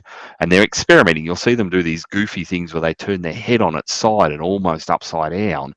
And it looks very comical, but it's them sort of looking at something from different parts of their eye, and they're learning different parts of their retina are working or not. There's a lot of stuff going on as this, for what we look at as, playful or goofy behavior, to them is actually, developing neural pathways and learning about how their body works. Same as the wing flapping. They're learning, oh, gee, these big floppy things next to me that have been next to useless for 5 weeks, man, they can actually do something. They can lift me off this ledge and ultimately go join the parents. And not to get too technical, but peregrines got two foveae in their eyes too, which we've only got one, which is that part of where your eye looks where you get the strongest vision. Is that right? That's right. Yep. So one helps them with the long distance and one with the short distance. Yes. Can't remember if we talked about that in previous years or I just read it somewhere. We haven't. No. Oh, there you go. I've been a bit light. So, there is, and I've been a bit light on the whole anatomical stuff about peregrines, and maybe next year I'll do some PSAs on that.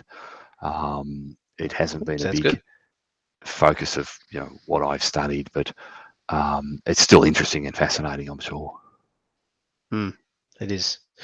So Liz Hudson asked a question around the orange falcons, only 8 days younger than these guys, but still mostly floof. Seems like a bit of a development gap. Is that something that you see in sites with different parents, whether it's the I think we referenced it before that the dad here does his stuff well. He knows his stuff well. He's a good parent. I don't know what the correct term scientifically is, but that'll do. Yep. Is there anything that you would observe there, like for the difference in the sites? Only that two things. The ones here in Collins Street have developed really fast, and they're clearly, a bunch of them are female. The one, and there's a general rule that if the more chicks in the nest, the less mouthfuls of food per feeding session each gets compared to if there's only one. So that one at orange basically is as fat as a pig and is in no rush to go anywhere. But it's definitely developing, I think, fairly standardly, unless there's some food shortage. But the wings and flight feathers tend to grow at a consistent rate, almost regardless of food intake. They will lose weight before they'll stop putting energy into growing wings, because the wings are, as you know, the flight feathers, that's their recipe to A, getting out of there, and B, survival. So I just think the one in orange is, it's 7-8 days behind these others, and it'll rip through that down, pretty quick. when it's good and ready, and it's getting more food than any one of the individual 4 that we're looking at. So I'm not stressed that I'm not concerned it won't fledge successfully. I think it will, but by the same token, I'm also not spending much or any time watching it. Fair enough. So we're up now on 1 hour and 3/4.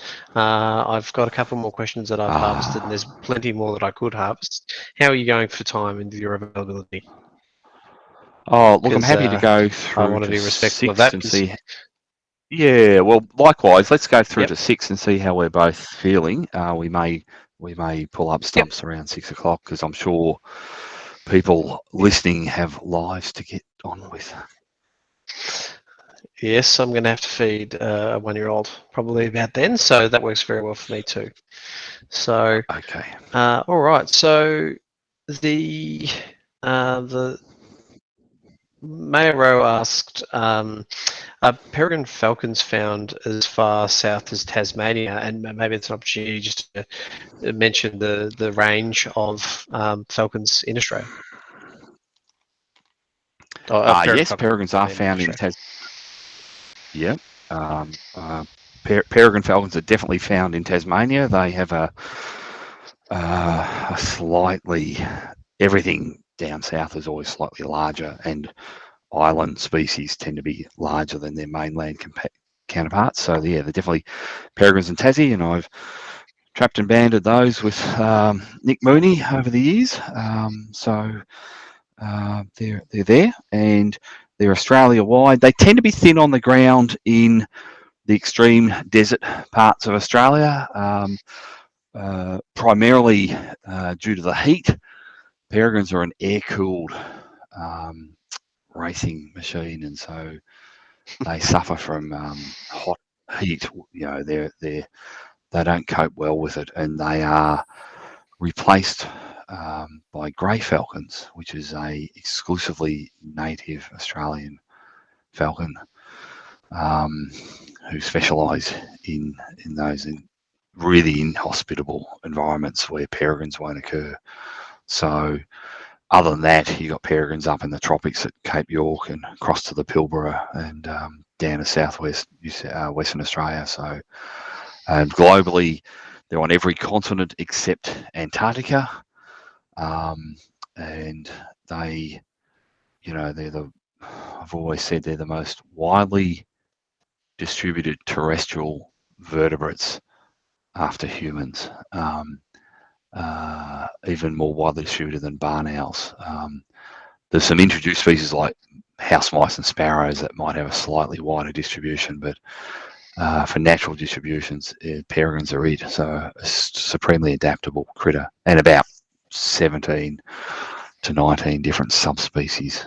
Australia has its own unique subspecies, which I've mentioned in one of the PSAs. Yes. So I'm going to flash up a question here that's specific to the site in Altona where you may not be able to comment. So just being mindful of that. The question is, are the peregrines that nest at Mobile and Altona safe given that the refinery is closing? And maybe if that's something that you can't comment on for whatever reason, I wanted to ask, what's the most dangerous site that you've seen them nesting in? Yes. First thing, I wasn't aware that the refinery is closing, and I might have a chat with management, but I can't really comment other than they've put in that stainless steel nest box on the tower, and it'll be interesting as we move away from fossil fuels. Because Australia is losing the ability to refine its own oil, so we best not need it. Would be, if we're going to stop making this stuff, then let's not to be dependent on anyone else for it either. Yeah. Yeah, exactly. So yeah. So what's the other question? There was a two-parter. The one I threw in was you talked about some really interesting sites that you've seen. What's the most dangerous site that you've seen them nesting at? Yes. Gee, gosh, there's a few to pick from, but one of the ones was, it's now defunct, was the old coal-fired electricity plant at Anglesey, which Alcoa used to power its smelter at Geelong.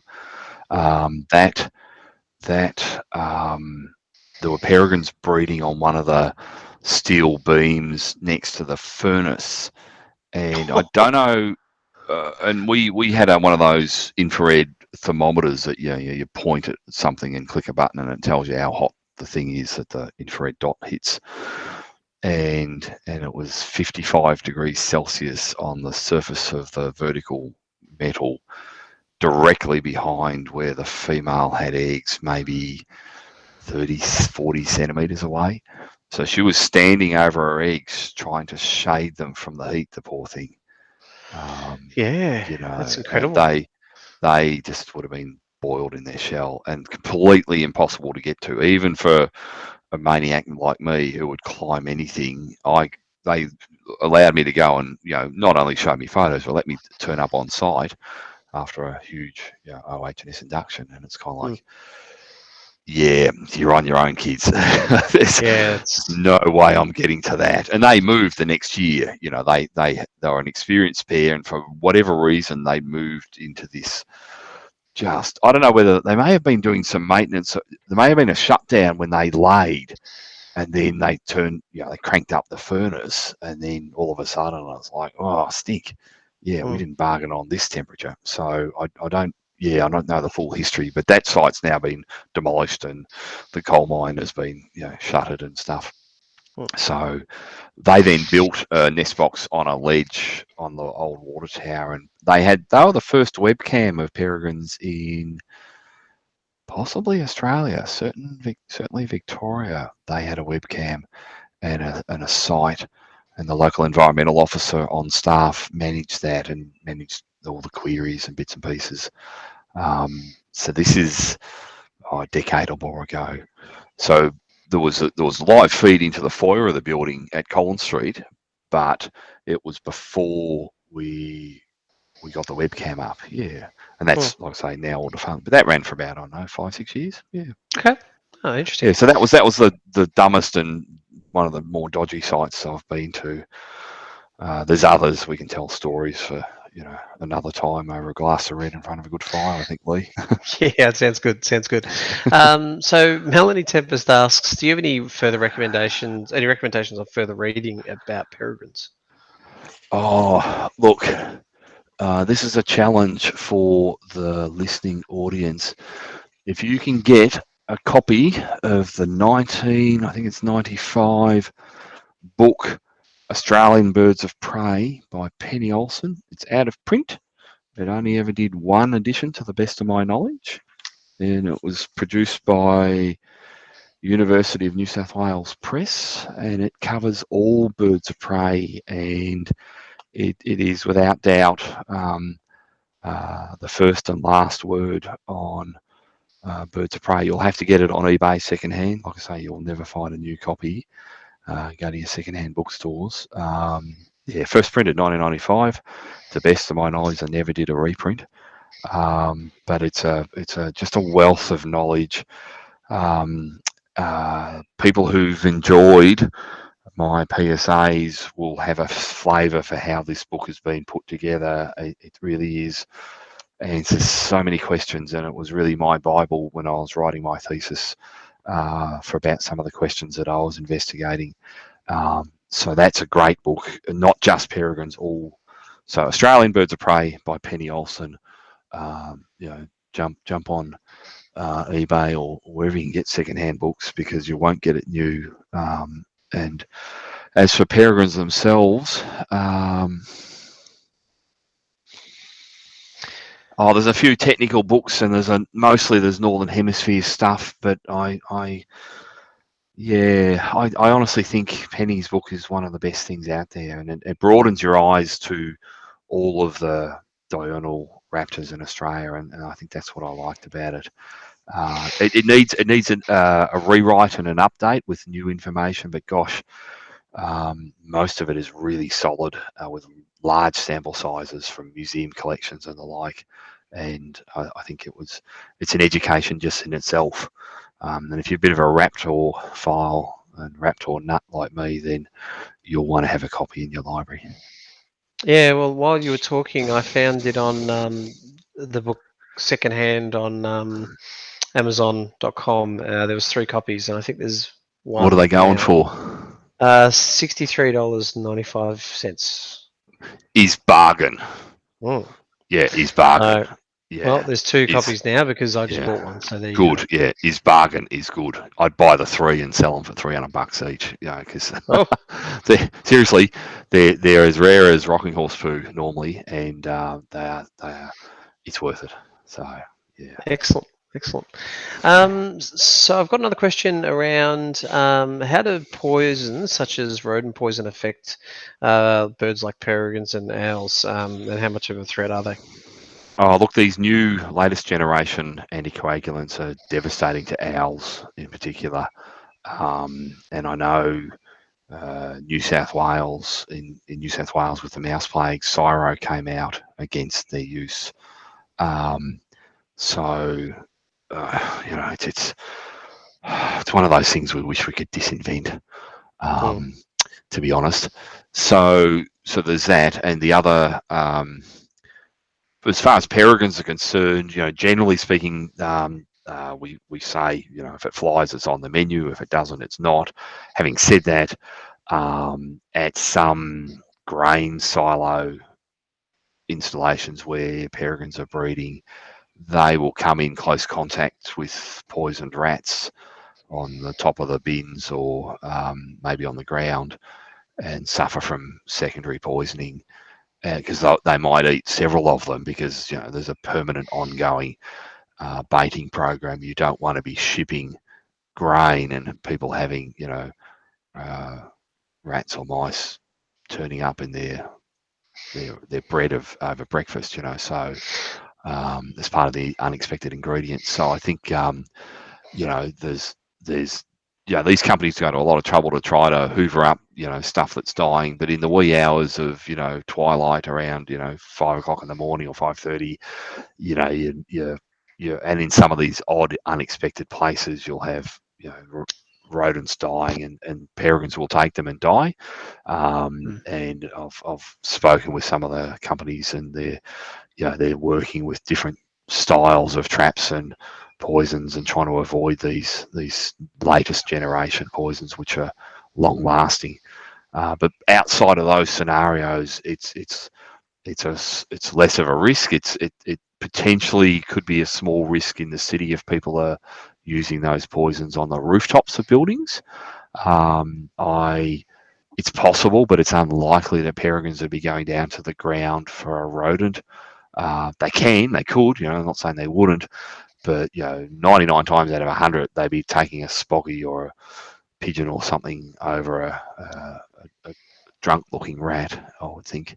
And once Mm. the rat's dead, that's it. They'd be saying, "Nah, you're not moving. You're not even vaguely on the menu." So they're not carrion eaters as a rule.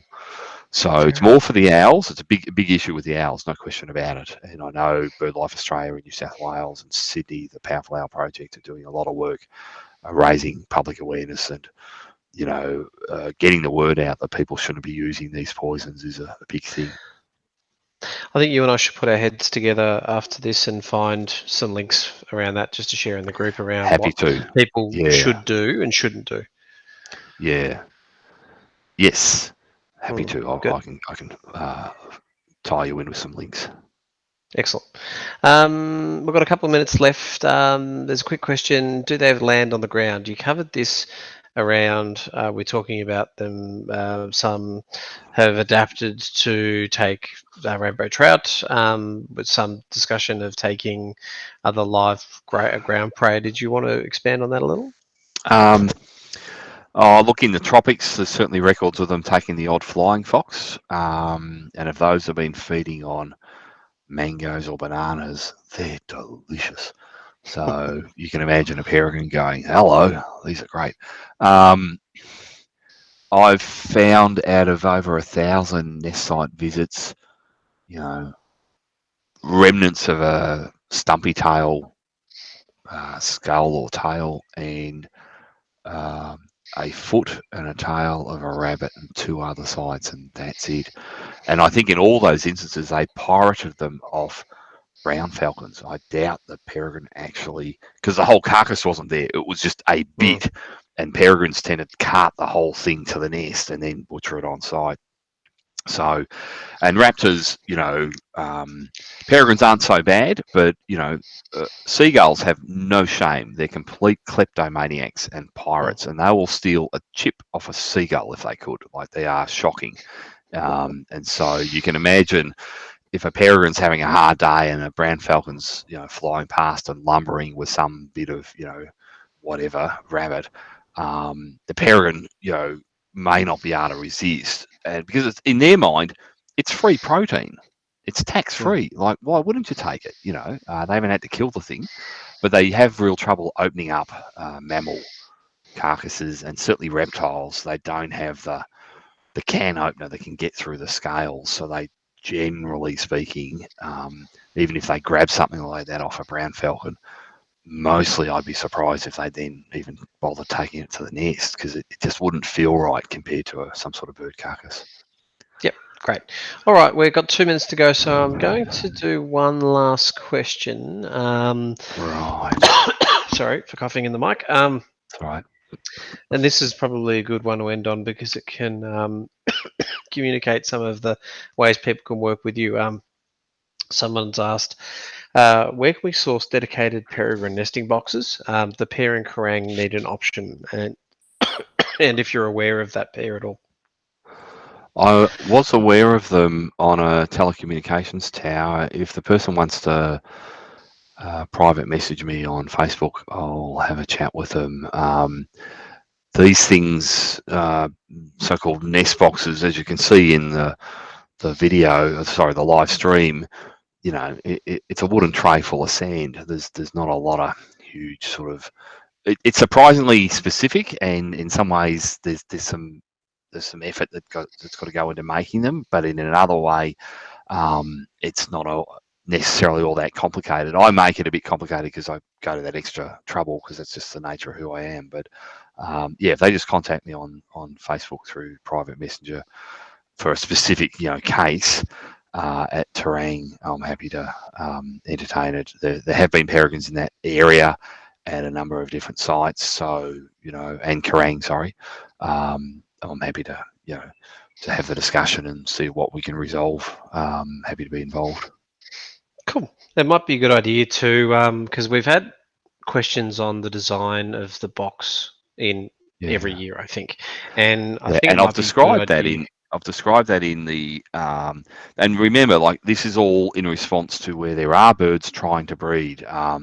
I don't have a lot of support for just putting them up randomly in the hope we're going to attract a pair in, because you'll be surprised how densely packed in peregrines can be in some parts of the state, and as a result, putting in an extra site nest box that may be quite attractive may be problematic, because you're then crowding them out a bit, and you're going to have too much neighbourly fights and mortality of adults. So it's not something you want to do on a whim. It needs to be thought out fairly carefully, is my experience with this species. Yeah. Excellent. All right. I think if we did you already do a PSA on the box design? Yep, I did a PSA which described. I haven't bothered to give technical drawings and the whole 9 yards on how to build one from scratch, but I provided the design features that distinguish this from simply a tray with sand in it.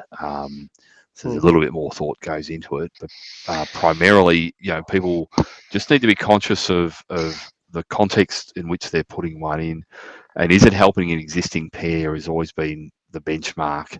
I've copped a fair bit of flack in the past about, even in the city, doing this.